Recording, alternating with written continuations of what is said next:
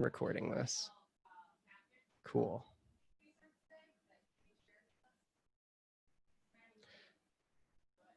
Cool. All right, so we're continuing on our conversation with HTTP. Specifically, we're going to be combining two things that we've been doing, HTTP, and now we're just going to throw some Python in the mix, just to switch it up a bit, add some more programming logic to the requests that we're making. So I actually don't have too many slides for you today. I'm going to be more of a show, don't tell, and let's get to it. So we're going to talk about making HTTP requests. We're going to talk about processing the responses from the web services, and we're talking about managing sessions. So quick review here. We have 4 main HTTP verbs. There are more of them, but these are the 4 main ones that you're going to see all over the place for pretty much everything. They follow CRUD, so create, read, update, and delete, but they're called get, post, put, and delete. Important things to remember about these verbs are that get requests do not have a body. There's no content to be sending along. Post and put requests generally do, and delete requests may or may not have a body. We also talked about HTTP status codes. These are important to us. It's what the server responds back to us with. And we can generally look at them by their 100 number, where 200s means success, 400s means user error or some kind of error on the client side. 500 generally means server error, something wrong with the server side. Okay, cool. So back in the day, actually not very long ago, there was a library called URLlib. And you would use this for making requests. And it's kind of gross looking, I won't lie. It was not necessarily made with a lot of the Python principles in mind, but this used to be. This is the old and busted. It's still around. There's URLlib 2, and I think there's a URLlib 3 now. And you can totally take a look at them, but this is not what we're gonna be working with instead. Instead, we're gonna be working with the new hotness, requests. And request is the new hotness because it is a very easy to use and intuitive library. It's kind of just like works out of the box, right? So we can take a look at this script right here. And y'all don't know how to use this library yet, but I guarantee you reading this doesn't look very difficult, right? We're importing requests. We're using that requests.get method. Inside the .get, I see a string. And I see some stuff that I can't exactly see. And I see it printing the status code. And I see this is also Python 2 because, you know, look at those prints. And I see it printing the headers, the content type. So I imagine that this would print out what the status code is from the server.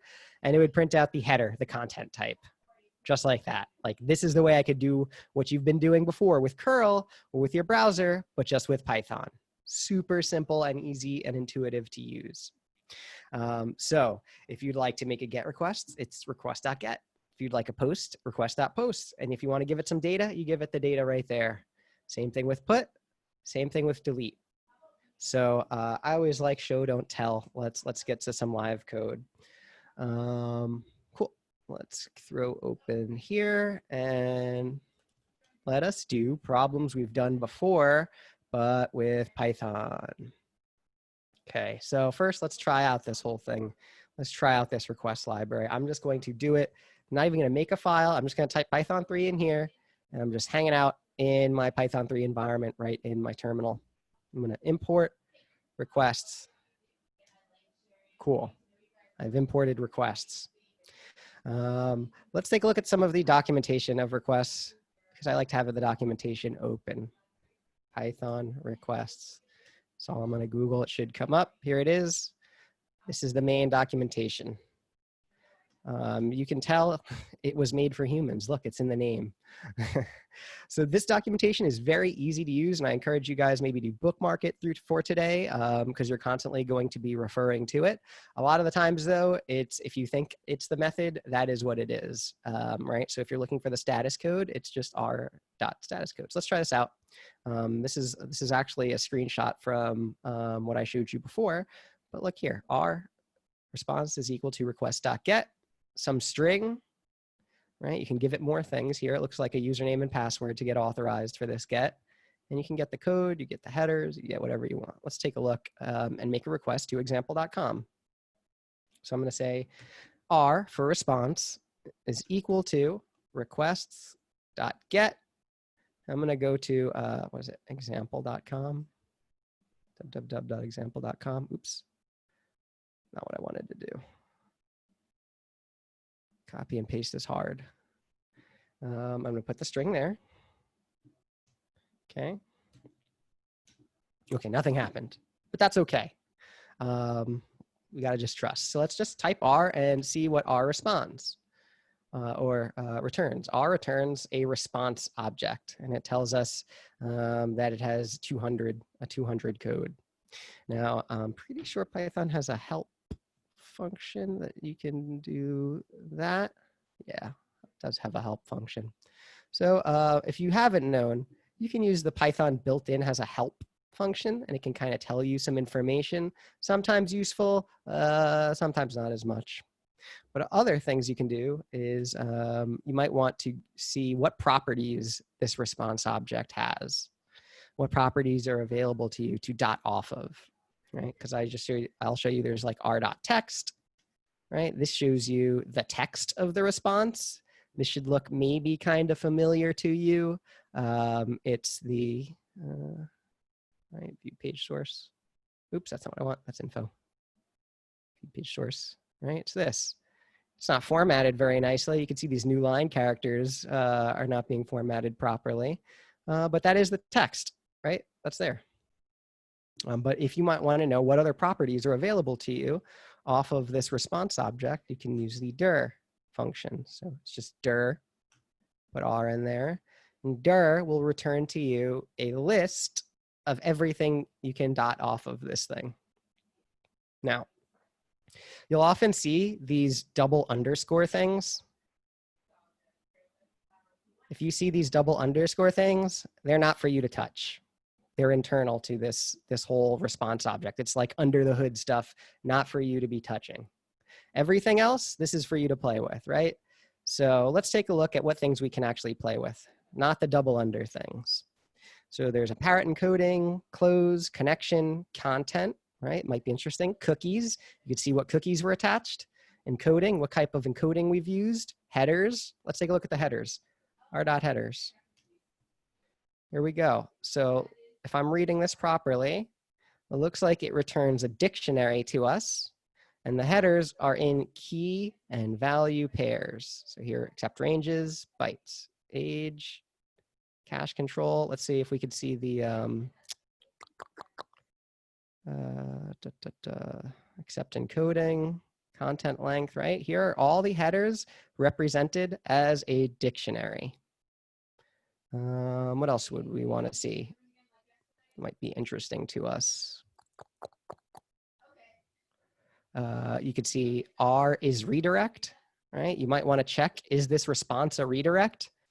So that was just like this other problem we were looking at before when we wanted to know if we were being redirected. Here's a way you could take a look with Python. Are you being redirected?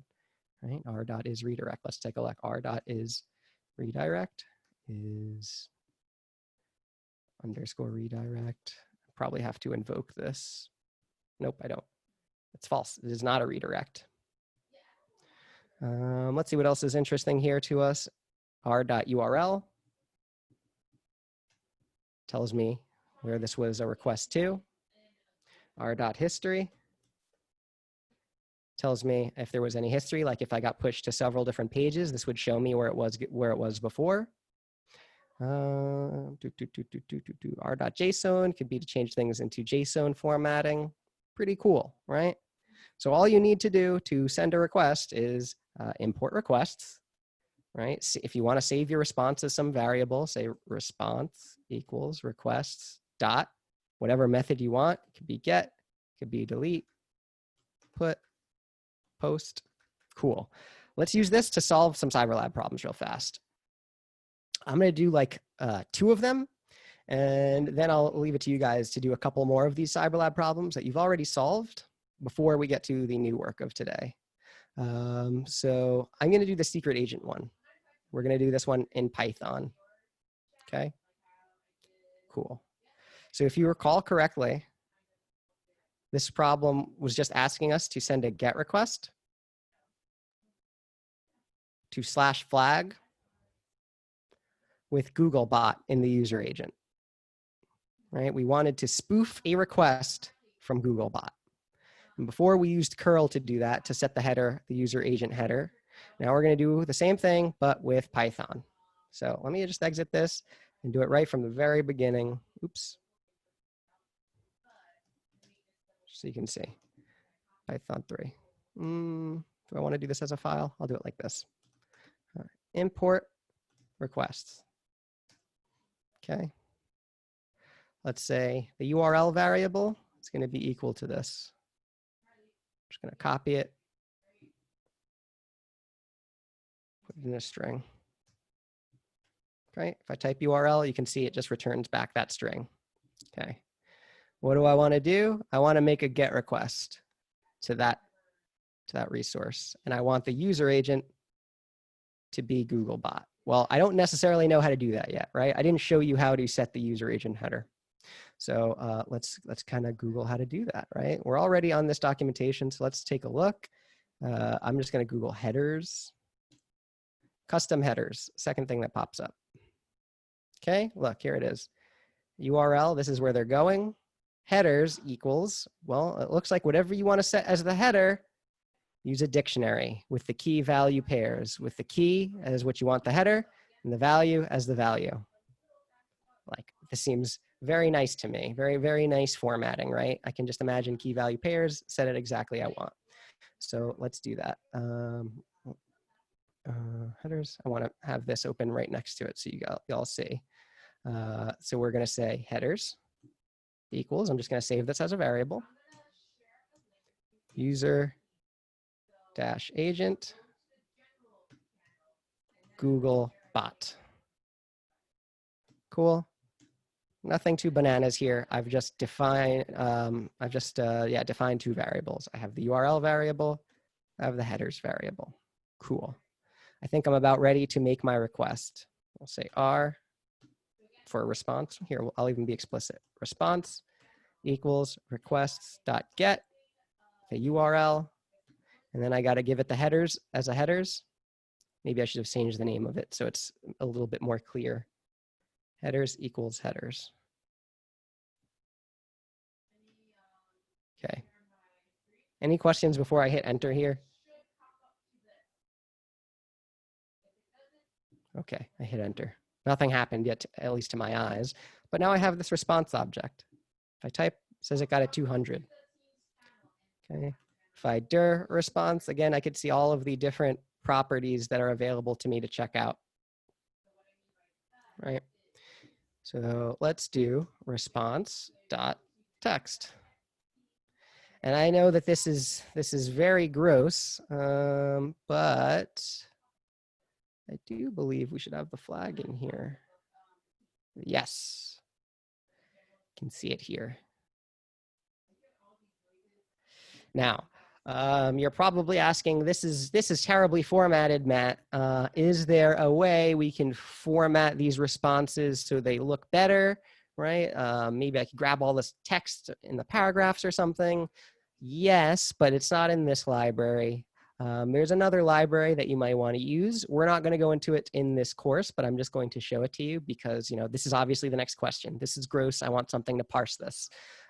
So just so that you have an idea of where you may want to go next, I believe it's called Beautiful Soup. Beautiful Soup.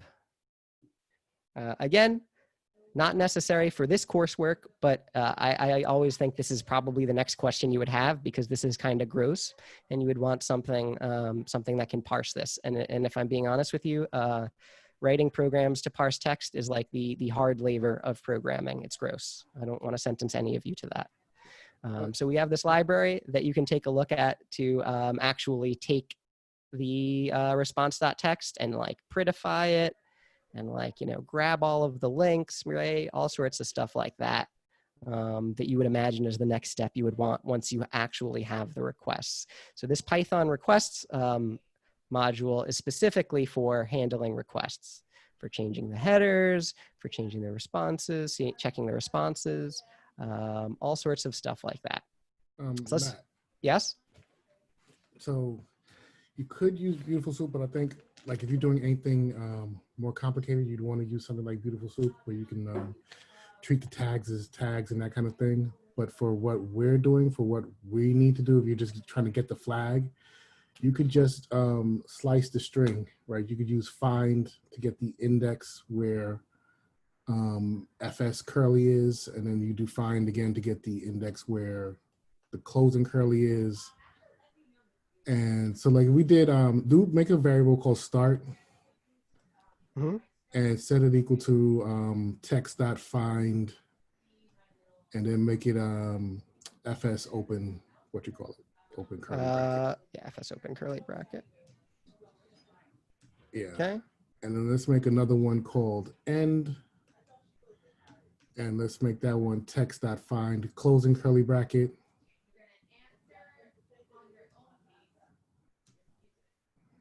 And then actually we could just close the curly because it should be the only one in there. And then probably. Yeah, and then just +1. Oops. Well, actually that's fine. But now just do text and square bracket start colon end +1.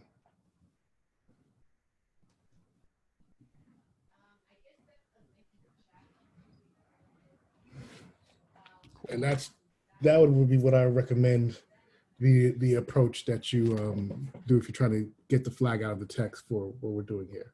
Yeah. So the find the method just gives you so remember the same way we could slice something using the indexes to say start at this index, go at the end, go up to this index.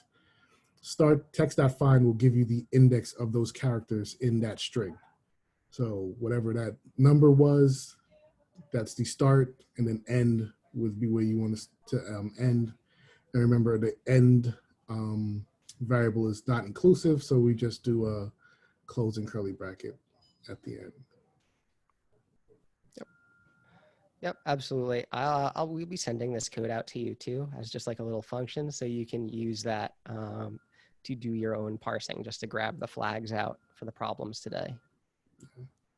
The only one thing is if you go back there, so if you are doing something with, you have multiple closing curly braces, then what you would do is on that end, you would do, I think it would be end, the documentation would tell you for sure, but I think you would have to put start first and then, so like you'd want to find the first start, then comma, and then what you're looking for. So this would find the first closing curly bracket after that start index. So, and that should be, see, I might have had it backwards. I don't remember the exact signature of the method. Hold on, let me look it up. Python find.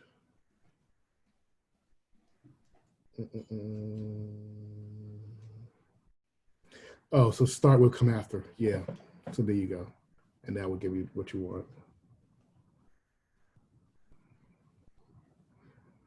Cool. All right, so let's do one more of these and then set you guys off. I'll actually write a small script for this one that we're going to do next. Which one might be interesting? Here, we'll do RSS2. I like this one because it was one of the more challenging ones yesterday to do, right? Because we had to send the JSON data. If you were around early this morning, we did this problem again using curl, but also adding the JSON data as a file instead of directly putting it in the command line. Now, let's do this problem with Python.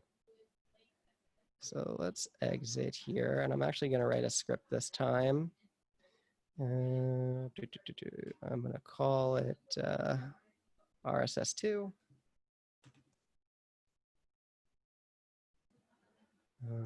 We're going to put in our shebang. User in NV Python 3, right? Import requests. Okay, so where do we need to do? We need to make a request, a post request, to this site with these properties. Okay, so let's get the URL. The URL is equal to this. So let's just copy it. And paste. Okay, there's our URL. We need to send some data. So let's take a look at how we actually do that with the library. Let's see, I'll scroll up to the top because I think there was like a post requests area. Well, there it is. Post, make more complicated post requests. Let's see. There it is, perfect. So it seems like you make some payload that's just a dictionary of keys and values. Beautiful, I love dictionaries. You make a post request to the URL. You set the variable data equal to whatever your payload is. And there you go. So let's do that. Payload equals, and I'm just going to make it a dictionary, right? What did we want to send in it? Handle, movie, command. So we got handle.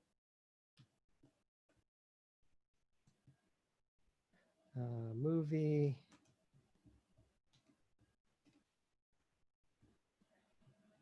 Command.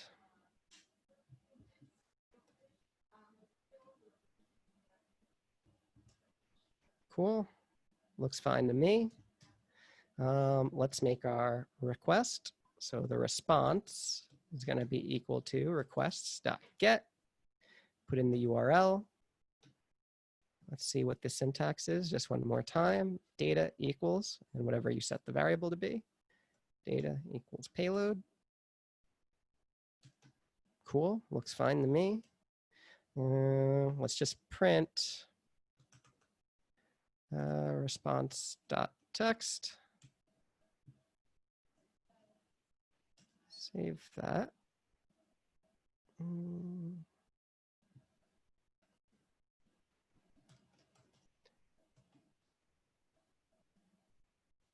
Make it executable. And there we go. Did I send this to the right place?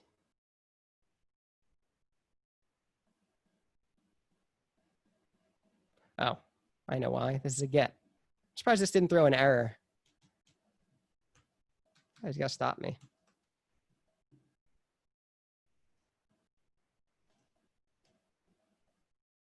Cool. Now it's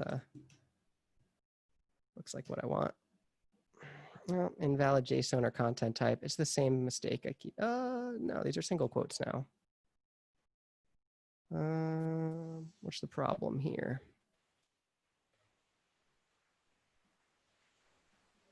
Does anything look wrong with this?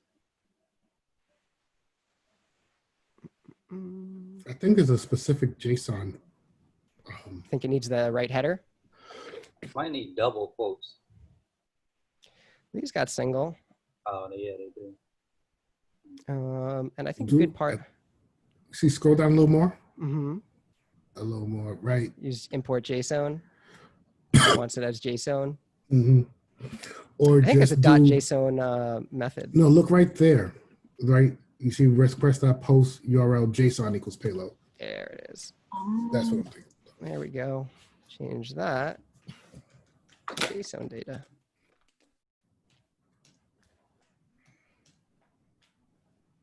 Boop. And there's our flag. Right. Cool. And how much code did we actually need here? Shebang, importing requests.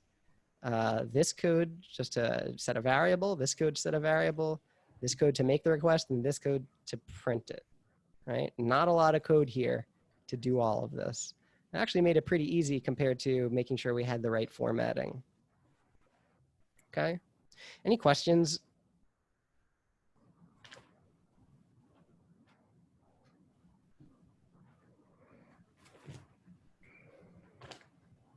Cool. So what are we gonna work on today? Great question. Let's go learn that. I've opened up the workshop, but before you get started on the actual problems, I encourage you to look through, and I would say at least 4, maybe 5 of the CyberLab problems that we worked on yesterday. Try and solve them with Python requests, either by just opening up a terminal and typing in Python 3 and working on them in here so that you can make sure that you get the flag, or writing a small script that'll essentially do what we did here. Use Python to make the requests, right? I figure, it should take you maybe like 30, 40 minutes to do that, maybe less, to work on a few problems doing it like that before going to what we're working on today. So just so you have an idea on our exercises today, there's not very many of them.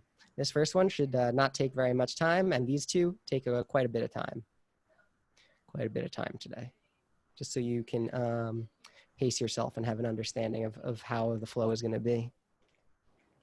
Cool. If there's no questions, you guys can take 5 minutes while I open up the breakout rooms and establish partners.